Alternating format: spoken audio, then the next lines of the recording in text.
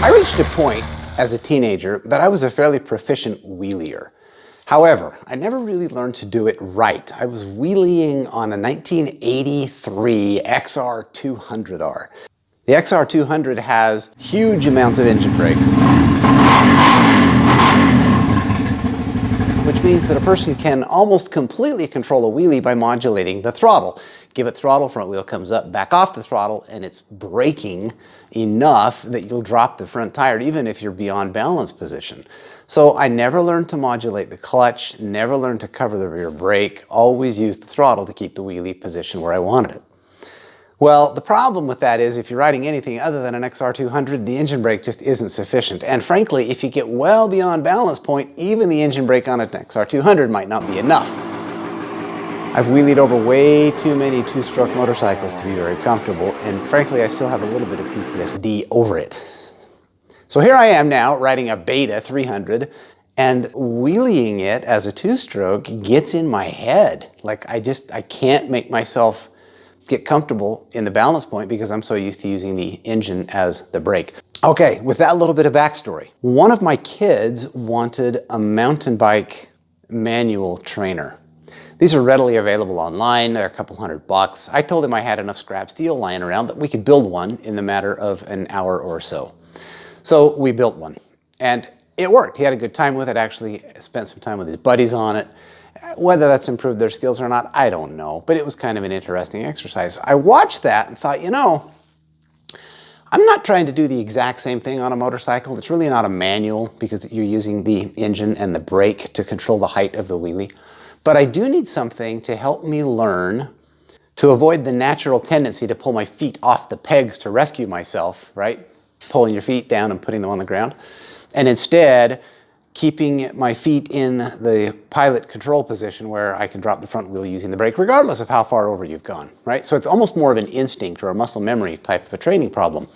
So I took the same concept and screwed a bunch of 2x4s and 2x6s and 2x-whatevers together to hold the rear end of the motorcycle in place, and then use some ropes and lifts to put the front wheel in a position where it was at least achievable to get it up in the air, and then find the balance point and train myself to use the right foot to modulate the height of the wheelie. Now, it doesn't quite work because you're not moving, but it does work to retrain the brain, and I'll tell you it did. I went out for a ride after spending probably 30 minutes in 5 or 6 minute increments on the little trainer, got out in the open and out of the gate recognized a difference in my instinct. For example, I was in the parking lot and decided that I would just pop the clutch and head out, recognizing that the ground was wet, and therefore assuming that the wheel would just spin and I would move forward. Well, it grabbed much more than I expected it to.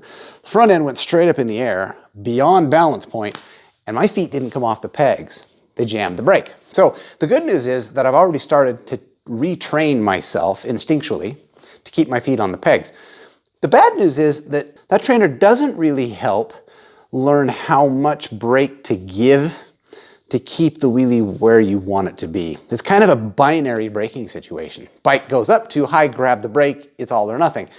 That would of course bring the tire back down and the wheelie's over, right? That's interesting and meaningful and a first step. But the long game is to learn how to modulate the brake proportionate to the amount that you want the wheel to move.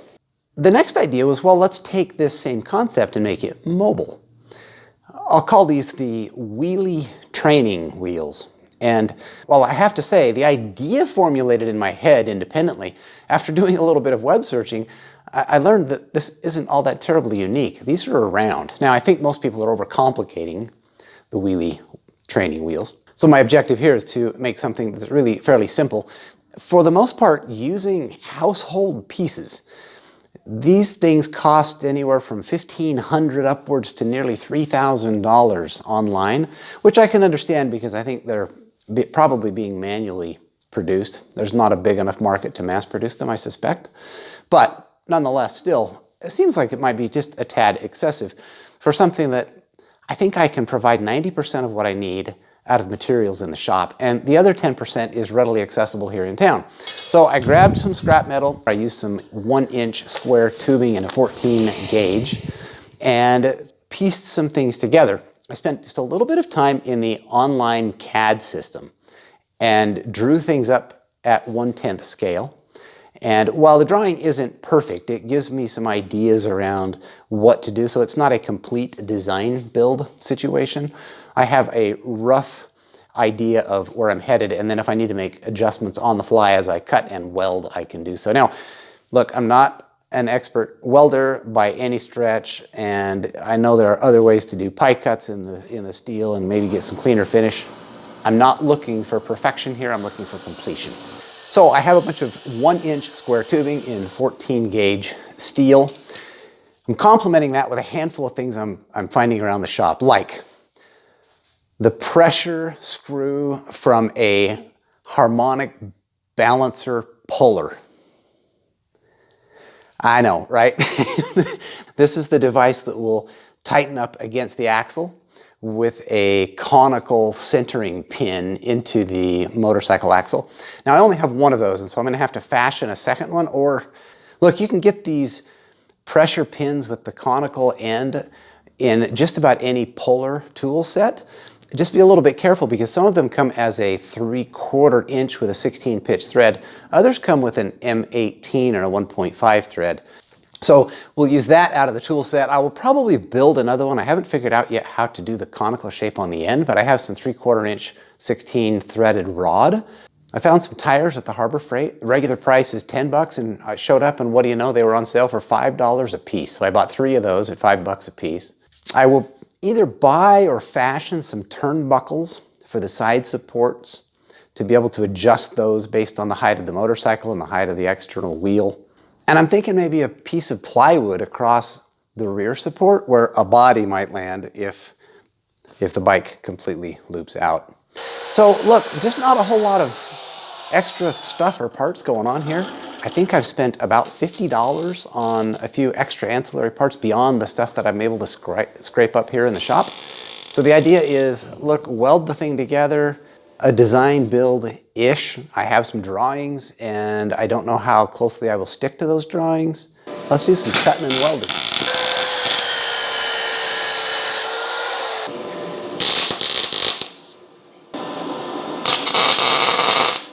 For the most part, I stuck to the original design that I put together. However, I did notice quite quickly a couple of points that are likely to be weak. The first of which is the supports for the bike. These side supports right here naturally get pushed out as you tighten down the spindles around the axle. So these gussets right here are mandatory. I hadn't thought about that until after I'd put things together pretty well. And the round rod that's used to put them together is not by choice. It's just because I'm using what I got left over, and I barely had enough of that. A couple of them are an inch or two shorter than I'd really like them to be, but they'll work. The second point is the joint between the front bracket and the rear support. I wanted this to be separate so that I could take it apart easily, mostly just for mobility and storing. But I knew as soon as this was no longer one continuous piece, I would have a weak point at the joint. So I don't know how much that will matter. In theory, you really never use this unless you fall backward onto the landing pad on your back. So in an ideal world, this joint doesn't matter at all. In reality, I'd like to make sure that it's supplemented enough that it's not going to break on me. So I added a couple of supports to the side. Whether that's enough or not, I don't know, but that should add substantial rigidity and strength to that joint. The third thing is what I'm using as a strut on each of the side supports. These are basic turnbuckles, and while they're fairly heavy duty, they're a 3/8 inch bolt, and rated at 2,200 pounds, that 2,200 pound rating is for tension. These really aren't built for compression, and the way they're being used here is compression.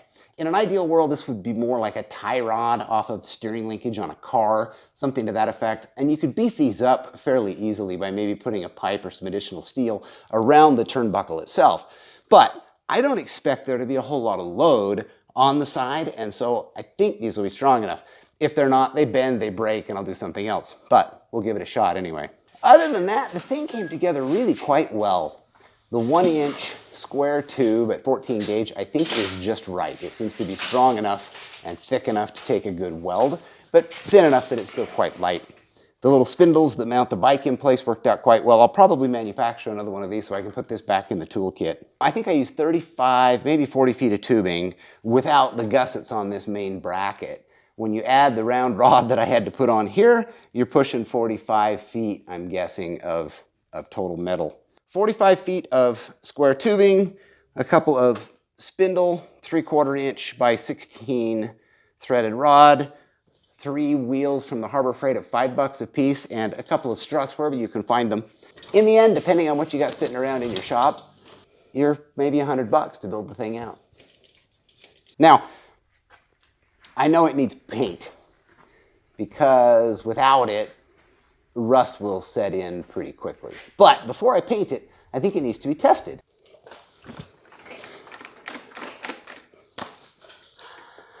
Whew. It feels really stable, so that's encouraging. We do need a guinea pig, though. Hey, Spencer!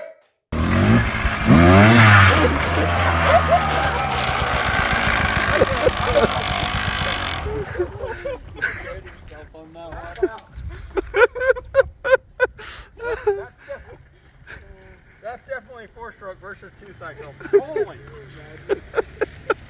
Eddie! That's not funny.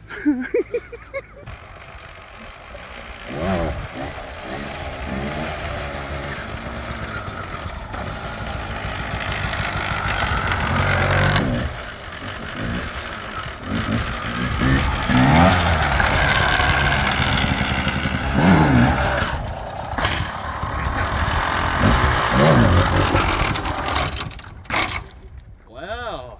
It works though. It provides the confidence that you need. It eliminates the sideways balancing, so you think just about the up-down balancing, and you can largely stop thinking about falling over backward.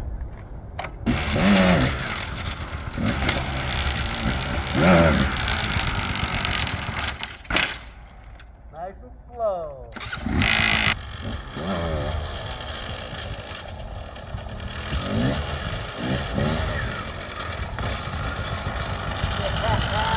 Not bad though. That's fun.